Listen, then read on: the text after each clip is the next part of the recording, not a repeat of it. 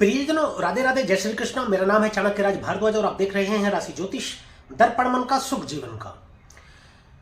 प्रियजनों, हम बात कर रहे हैं सूर्य की गोचर की। 15 जनवरी सन 2024 को सूर्य देव धनु राशि से निकलकर और अपने पुत्र के स्वामित्व वाली राशि मकर में प्रवेश कर जाएंगे दोपहर को 2:32 पर। तो सूर्य के गोचर का क्या प्रभाव रहने वाला है 12 लग्न और 12 राशि के जातकों पर, इसी विषय में हम चर्चा कर रहे हैं। इस विषय में चर्चा करते हुए अभी तक हम मेष राशि के विषय में चर्चा कर चुके हैं। ये वीडियो यदि आपने नहीं देखी है तो हमारे चैनल पर ये वीडियो उपलब्ध है, जाकर के आप देख सकते हैं। आज हम जिस राशि के विषय में बात करने वाले हैं वह है वृषभ राशि। वृषभ राशि के विषय में आज विस्तार से चर्चा करेंगे सूर्य के गोचर के प्रभाव की। तो परिजनों, कहीं मत जाइएगा, मेरे साथ बने रहिएगा अंत तक। वीडियो में मैं बताऊंगा वृषभ राशि के जातकों पर सूर्य के गोचर का क्या प्रभाव रहने वाला है, और साथ ही वीडियो के अंत में मैं कुछ ऐसे उपाय भी बताऊंगा जिनके माध्यम से आप सूर्य के नेगेटिव प्रभावों को कुछ हद तक पॉजिटिव कर सकते हैं और पॉजिटिव प्रभावों को कुछ हद तक बढ़ा भी सकते हैं। तो चलिए शुरू करते हैं। आपकी राशि से जो सूर्य का गोचर हो रहा है वह हो रहा है नवम भाव में। नवम भाव भाग्य भाव, आपके भाग्य स्थान पर सूर्य गोचर करने जा रहे हैं। सबसे पहला काम सूर्य प्रकाश है, तो आपके भाग्य को चमकाने का कार्य करेंगे। सूर्य का यह गोचर आपके लिए बहुत अत्यधिक सफलता लेकर के आया है, बहुत शानदार फल रहने वाला है। आपके भाग्य में मतलब इतना अचानक से एकदम से बहुत बढ़ोतरी आपको देखने को मिलेगी। मैं आपको बता दूं, सूर्य देव आपकी सुख भाव के स्वामी बने हैं।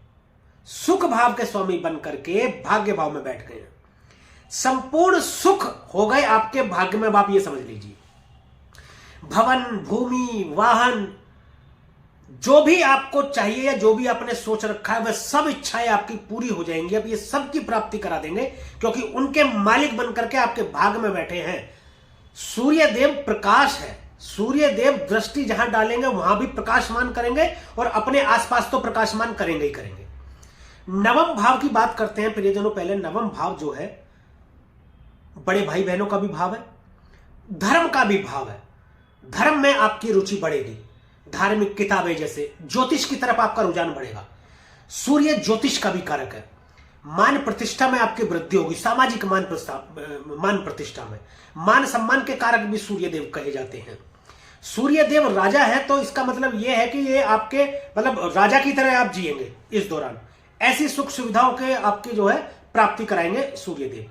लंबी दूरी की यात्रा आपकी हो सकती है। धार्मिक यात्राएं आपकी बढ़ जाएंगी। धार्मिक यात्राएं होंगी। हो सकता है आप कहीं जाने का विचार बना रहे हो, तो धर्म स्थानों पर आपकी जाने की रुचि बढ़ेगी और धर्म स्थानों पर आप ज्यादा जाएंगे। आप बड़े भाई बहनों से संबंध आपके अच्छे रहेंगे, मधुर संबंध करेंगे। देखिए, सूर्य पिता है। सूर्य को पिता बोला जाता है, पिता का कारक है। सूर्य पिता भी है, स्वयं पिता है सूर्य। तो पिता जहां बैठेंगे वहां बच्चों में जो है एक समझते हैं ग्रहों का प्रभाव कि बच्चों में वो मेल मिलाप ही कराएंगे। वो नहीं चाहते कि कहीं आपस में मनमुटाव हो। अब ये सुख भाव के स्वामी बने हैं, तो हो सकता है आप कोई मकान खरीदना चाह रहे थे, किसी वजह से नहीं खरीद पा रहे थे, या हो सकता है कोई प्रॉपर्टी आप खरीदना चाह रहे थे, कोई वाहन, कोई गाड़ी भी हो सकता है खरीदना चाह रहे थे, 4 व्हीलर कोई खरीदना चाह रहे थे आप, और आप नहीं खरीद पा रहे थे। उसमें कोई समस्या आ रही थी, किसी भी तरीके से चाहे समस्या आ रही थी, उस समस्या को अब ये दूर करेंगे और आपको उसमें आ रही परेशानियों से मुक्ति दिलाकर उसमें आपकी सहायता करेंगे। मैं एक चीज बता दूं, देखिए, सूर्यदेव जैसा कि मैंने बोला प्रकाश है। सूर्य देव अब अपना प्रकाश फैलाएंगे तो आपको चीजें साफ साफ दिखने लगेंगी। आपके ज्ञान में बढ़ोतरी होगी, आपको साफ साफ चीजें दिखने लगेंगी और आप सही मार्ग पर चलेंगे।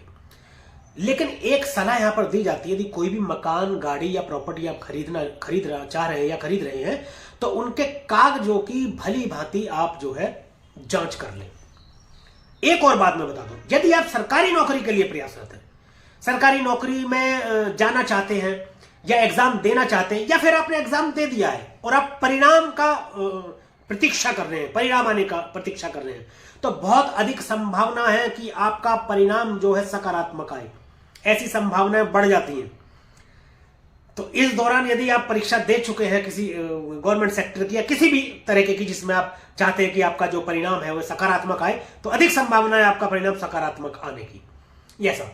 अब बात करते हैं सूर्य देव की दृष्टि की। जब तृतीय भाव में दृष्टि डाल रहे हैं, देखिए तृतीय भाव कम्युनिकेशन का भाव है, मल्टीमीडिया का भाव है, छोटे भाई बहनों का भाव है, पराक्रम संघर्ष का भाव है। देखिए, भाग्य स्थान में बैठ करके आपके संघर्ष भाव पर दृष्टि डाल रहे हैं, इसका सीधा सा ये मतलब है कि आप जो कुछ भी या जिस किसी भी कार्य में सफलता के लिए संघर्ष करेंगे, अब उसमें आपको भाग्य की बदौलत सफलता जरूर मिलेगी। देखिए, भाग्य को आपको पूरा साथ मिलेगा। जब भाग्य का पूरा साथ मिलता है तो किसी भी कार्य में, जब हम किसी भी कार्य को करते हैं तो उसमें सफलता मिलने के जो चांस हैं वो कई गुना बढ़ जाते हैं। छोटे भाई बहनों से आपके संबंध मधुर करेंगे। आपसे पहले संबंध यदि आपके खराब हो गए थे या किसी बात को लेकर के आपस में हो भी जाता है कभी कभी किसी भी बात को लेकर के, उसमें ये सुधार करेंगे, संबंध आपके सुधरेंगे, अच्छे संबंध होंगे, लोग आपको पसंद करेंगे। अच्छा, तीसरा भाव जो है कम्युनिकेशन का भाव है। कम्युनिकेशन क्या? कम्युनिकेशन ये कि दो या दो से अधिक लोग जब आपस में बात कर रहे हो।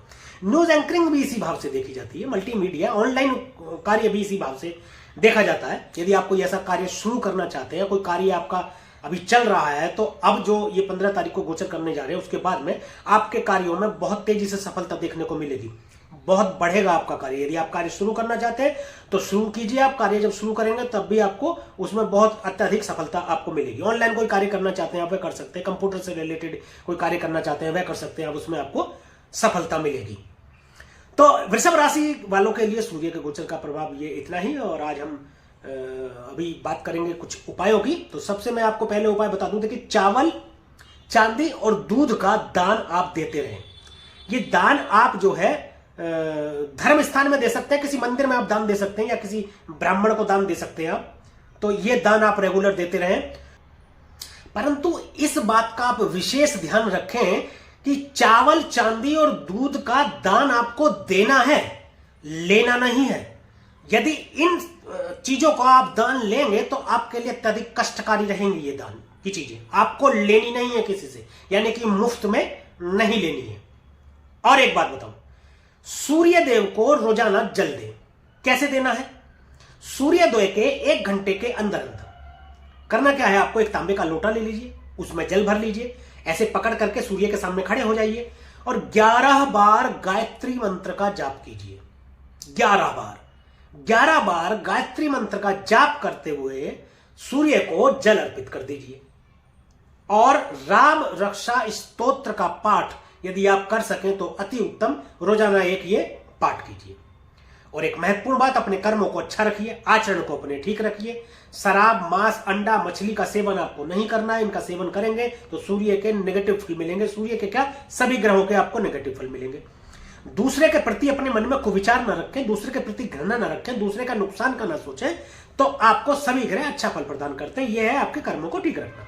कर्म प्रधान है। भगवान श्री कृष्ण ने कहा है कि कर्म प्रधान है। तो कर्म यदि ठीक अपने रखेंगे आप, तो बुरा ग्रह भी अच्छा फल देने पर विवश हो जाएगा और अच्छा ग्रह तो आपको अच्छा फल देगा ही देगा।